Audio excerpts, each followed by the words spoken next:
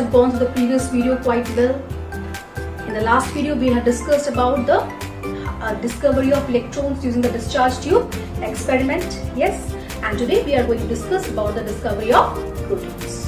So before going to the topic, if you remember, if you recall, J. Thomson discovered electrons, yes or no? And the most important discovery made by J. Thomson was that he was able to find out a value for the charge to mass ratio for an electron that we discussed in the class already, last class, yes or no? That means he was able to find the value of, that time he was able to find the value of the charge to mass ratio for an electron. Yes, and it was found same for any gas in the discharge tube or for any material of the cathode. Yes, so charge to mass ratio of an electron was found to be around 1.76 multiplied to 10 to the power of 11 coulomb per kilogram. Coulomb is the unit of charge, the SI of charge, and a kilogram is the SI of mass. So this value was the greatest finding of J.J. Thomson. Yes. So this he had done around the year 1897. Okay. Then around the year 1906. Okay.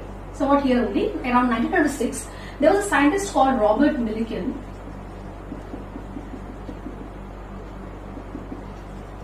He was able to find out the charge of an electron. He was able to find the value, the magnitude of the charge of an electron by a popularly known experiment called as the Millikan. The experiment was named as Millikan oil drop experiment. Right, just remember the name of the experiment. We have no need to go into detail of this experiment, okay? So, by the help of this experiment, he was able to, and with the help of one of his friend called Harvey Fletcher, maybe his friend or scientist, co-scientist.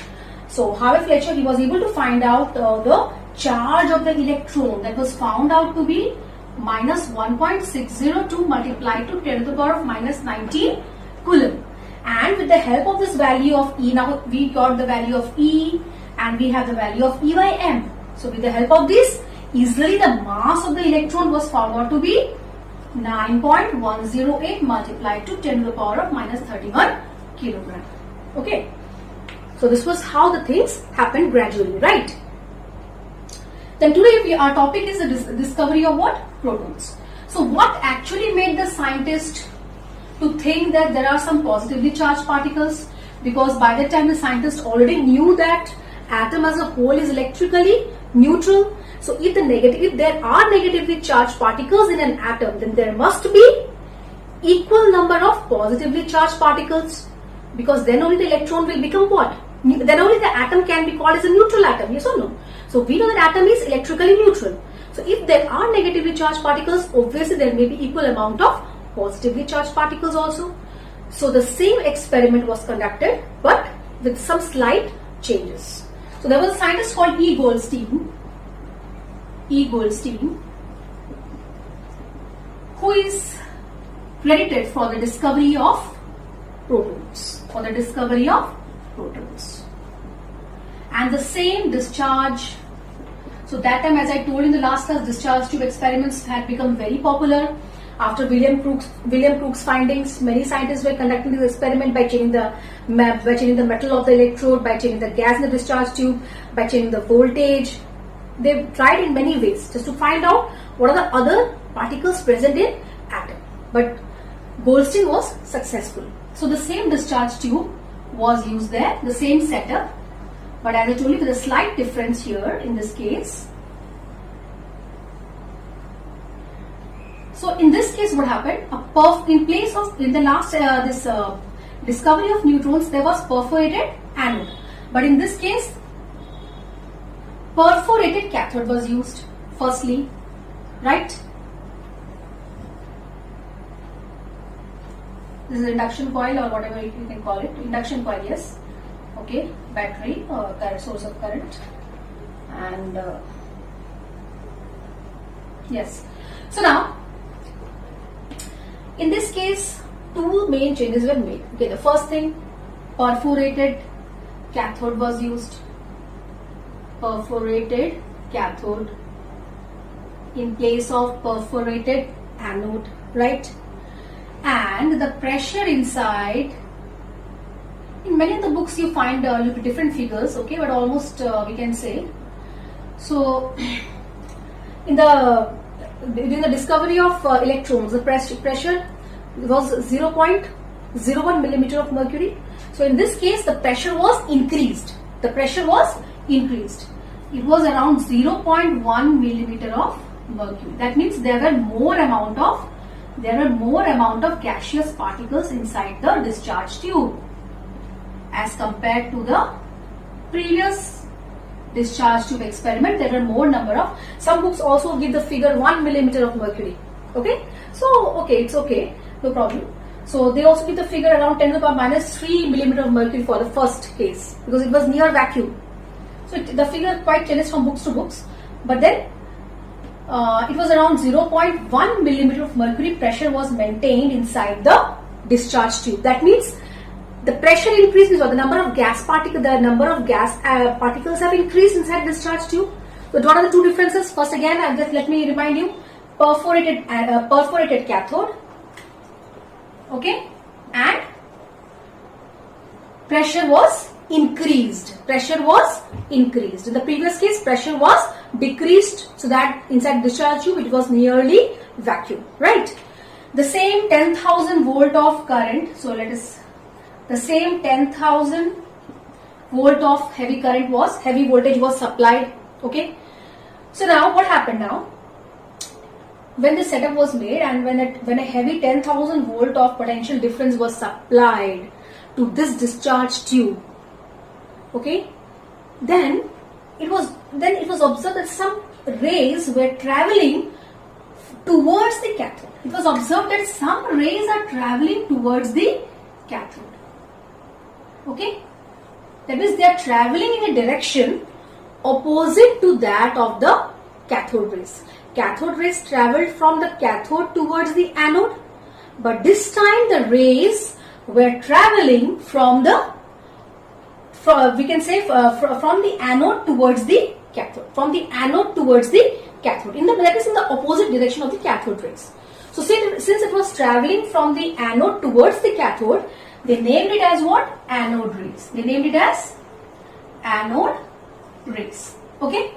And it was also named as canal rays. The other name for this is canal rays.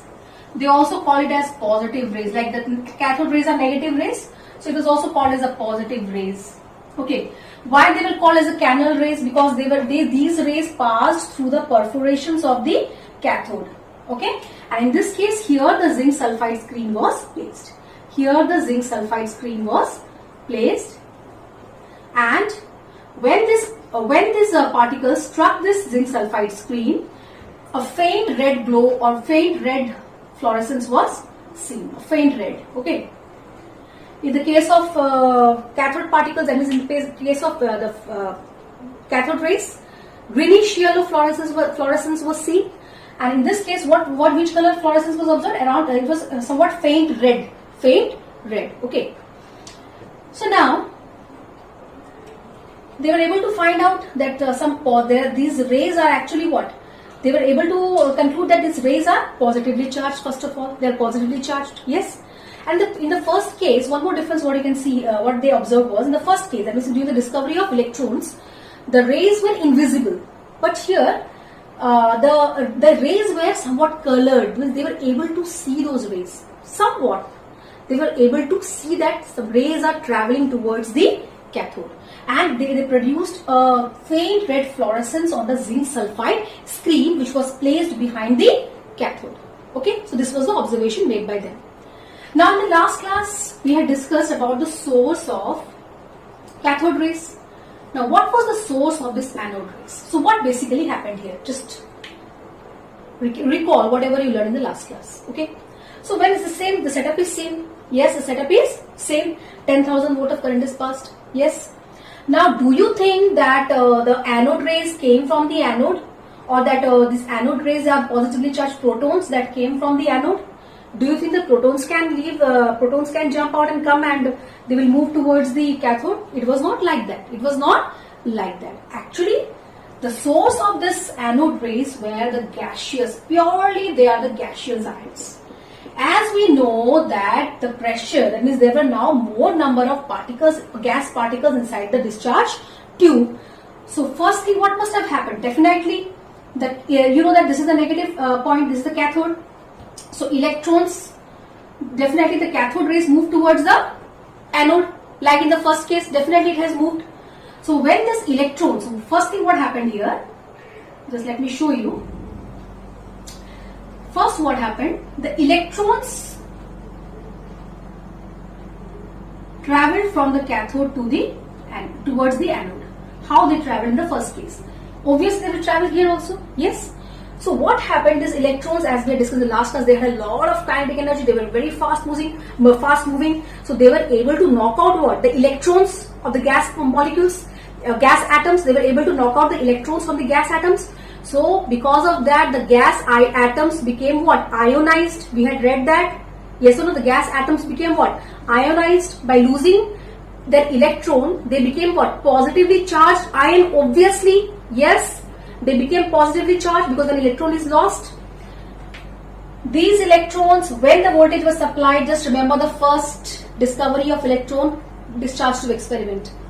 In that case, what happened? Electrons flowed, or cathode, electrons flowed from the cathode to the anode. So now in between this region, in between the cathode and the anode, there are more number of gas particles, right? More number of gas particles.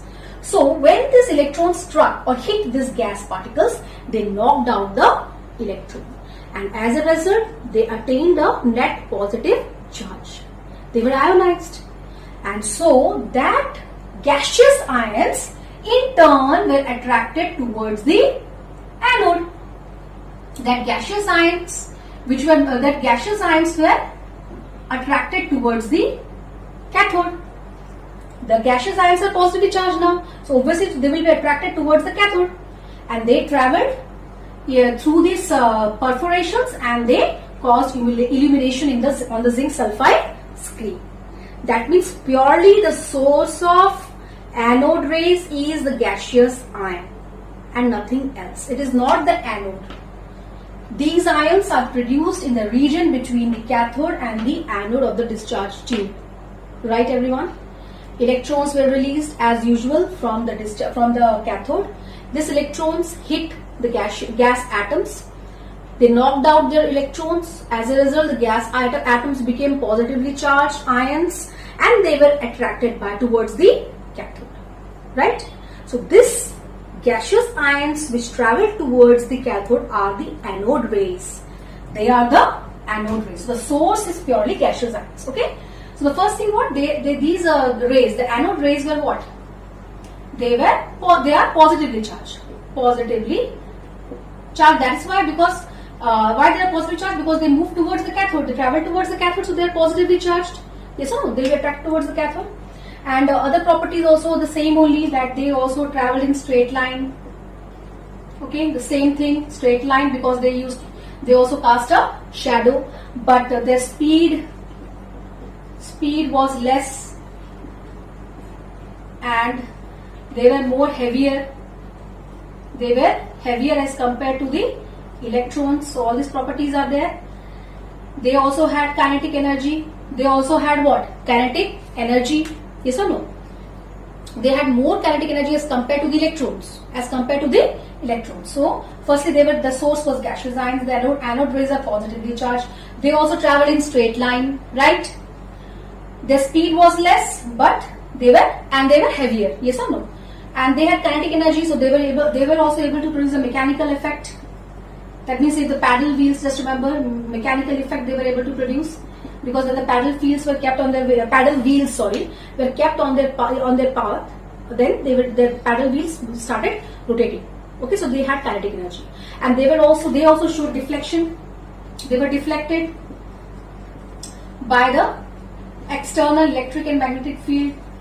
External electric and magnetic field. So they showed deflection. That means when external electric and magnetic field was put here. Okay, suppose this is positively charged, this is negatively charged. Then in which direction will towards which field they will be attacked? They are positive, so towards the negative. So they showed deviation. They showed deviation towards the what? Negatively charged field, electric field, as well as they showed deflection under the magnetic field as well. Okay, so somewhat these properties were same. But then here the main source was gaseous ions. It was not the anode. But then now we can say that the cathode rays consist of particles called electrons. Cathode rays consist of particles called electrons. So how right it will be if we say that the anode rays consist of protons. Okay, so this was a point of confusion. There was a point of confusion here, because you see, the scientists, when they started calculating the E by M ratio, same as they calculate for the electron, they calculate the E by M ratio for this particle. So this E by M ratio for this positively charged particle changed when the gas the discharge tube was changed. That means this experiment was conducted using different gases, because the source is gaseous ion. So here anode and cathode has no role to play. Yes or no? So what happened here? By changing the gas in the discharge tube, the E by M ratio also changed. And now you can understand somewhat why it changed, because E by M ratio. Okay, charge of the proton is same. Charge of the proton is same. That is just opposite of electron. That is electron is minus 1.602, so it is plus 1.602 multiplied to 10 to the power of minus 19 coulomb. So charge on a proton was same. Charge on a proton was same, but mass differed. And now we know why this mass was differing. Because if you compare hydrogen to helium, let us take the example of hydrogen. Hydrogen, helium, nitrogen, okay, oxygen. So if you compare, hydrogen has 1 proton. Helium has 2 protons plus 2 neutrons as well. Yes or no? In the nucleus it has 2 protons as well as 2 neutrons. Now nitrogen has 7 protons and 7 neutrons. Yes, 7 protons, 7 and 14, you know. So 7 protons and 7 neutrons it has inside the nucleus. Yes or no? So that means just to see here, the number of protons differed from gases to gases. The number of protons differed from gases to gases. Like in the case of oxygen, it was 8 protons plus 8 neutrons. So the mass was changing when the gas in the discharge tube was being changed. So that is why the scientists did not get the same E by M ratio for the different gases in the discharge tube. That means, what we can conclude? That it was that contrary to the electrons, the E by M ratio for this positively charged particles changed. That is, it depends upon the nature of the gas used in the discharge tube. It depended on the nature of the gas used in the discharge tube. So then what the scientists did? They thought that let us take a gas whose E by M ratio will be the highest. Whose E by M ratio will be the highest. So you can write one more point here, that it depended on the nature of the gas. Nature of the gas used in the discharge tube. Because it depended on the nature of the gas used in the discharge tube. So the scientists thought of finding a gas whose E by M ratio will be the highest. Obviously, the lightest gas will have the highest E by M ratio, because mass will be the least for the lightest gas, and it is none other than what? Hydrogen. So when hydrogen gas was used inside the discharge tube, just look at this. So when hydrogen gas was used in the discharge tube, like suppose these are hydrogen gas particles, okay. So when the electron came and knocked it out, so hydrogen has what? Only 1 electron and 1 proton. We know that hydrogen has only 1 proton and 1 electron. So when this one electron will be knocked out, what is remaining? Only one proton inside the nucleus. Only one proton inside the nucleus. That time nucleus was not discovered. That time there was no idea of neutrons also. Okay, there was no idea of neutron, no idea about the nucleus. But then when hydrogen atom lost its electron, what was left out? Only one proton. And at that time we can say that when the gas used in the discharge tube was hydrogen, then obviously anode rays consisted of what? Protons. That means at that time we can say that anode rays consisted of protons. Yes or no? Because when hydrogen gas was used, hydrogen has only one electron. So when by losing one electron, hydrogen, what is left out? H plus. And this H plus ion has only one proton. Without any electron, it has only one proton. And that is the proton. Okay. So that's why we say that the mass of the proton is equal to the mass of hydrogen atom. The mass of the proton is equal to the mass of hydrogen atom. Mass means what? It is a mass of the nucleus. Now we know that mass of the nucleus. Yes or no? So the mass of the proton was equal to the mass of the hydrogen atom. So when can we say that this anode rays contain protons, or they are made up of protons, or they are composed of protons? When the gas used in a discharge tube is hydrogen, at that time it can be correctly said that the anode rays which were produced were protons. They consisted of protons, right? But for other gases, when you are using, it has protons as well as neutrons. Now we know, but that time there was no idea of that. Okay. So with this, the discovery of protons was completed. Okay. And here, students, I would like to give you a task, a simple task to find out. As we know, the subatomic particles like electrons, protons, neutrons, and also the discovery of nucleus is also we are going to study. So just in a sequential order, just write the year. Okay, just tell me the first subatomic particle, second what was discovered sequentially. That means you arrange it. That means the electron, proton, neutrons and nucleus. Okay, these four things arrange. So year wise you have to tell me the year of the discovery of electrons, the year of the discovery of the protons, the year of the discovery of neutrons, and the year of the discovery of the nucleus, and the scientists who discovered them. So this data you have to I want it from you. Okay, I hope you will be giving me the answers. So this was how the protons were discovered, and after the discovery of this protons and electron, J.J. Thomson proposed his Thomson's atomic model. Okay, after the discovery of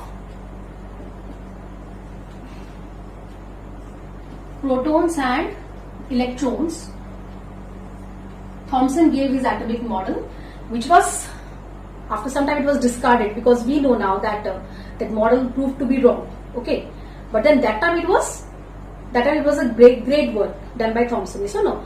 So what his model is also known as the plum pudding model, is popularly known as plum pudding model, or also known as a watermelon model. Yes or no?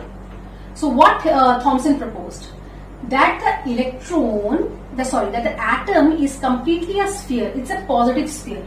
According to Thomson, the atom as a whole is a positive sphere. That means the entire sphere of atom is positive. And electrons are just embedded inside it. In some places you can find the electron. The first point was the entire sphere of an atom is positive, right? So he said that that means this complete sphere itself, the sphere itself is positive, and within the sphere, in some places electrons are embedded. That means negative charges are embedded within the sphere. So it can be compared to the Christmas plum pudding model. That means Christmas, like it's a sweet dish. Yes or no? So you can compare it with the watermelon also. Yes or no? So in that pudding is also made up of many things, using milk and flour and many things. Okay. So in the plum pudding model, what happened? It was made up of what? There was raisins, you know. Okay. So so much amount of raisins were used to make that plum pudding. So that entire pudding, you can say the entire pudding was positive in nature, and just they're like that resin are embedded inside that pudding. In the same manner, electrons are embedded inside the atom. Okay, just like that. Or you can compare it with watermelon also. Watermelon, you know, the complete red part is according to him, the complete red part of the watermelon is what? Positive, and the seeds of the watermelon are negatively charged electrons. They're embedded inside that positive sphere. So this was the atomic model proposed by J.J. Thomson after the discovery of electrons and protons, right? Then the mass of the, again what he said, the mass of the atom is equally distributed, or we can say that it's uniformly distributed. Okay, that means he said that the entire mass of the atom is uniformly distributed. But now we know that it's completely false. It's completely false. Okay, so this model didn't last for long because of Rutherford, who conducted or who performed the scattering experiment. That means alpha particle scattering experiment. After Rutherford conducted the alpha particle scattering experiment, this model failed. Yes or no? So in the next class, we'll be discussing about the alpha particle scattering experiment. So till then, you should go through this video well, understand all the points, take down the notes, and stay safe, study well.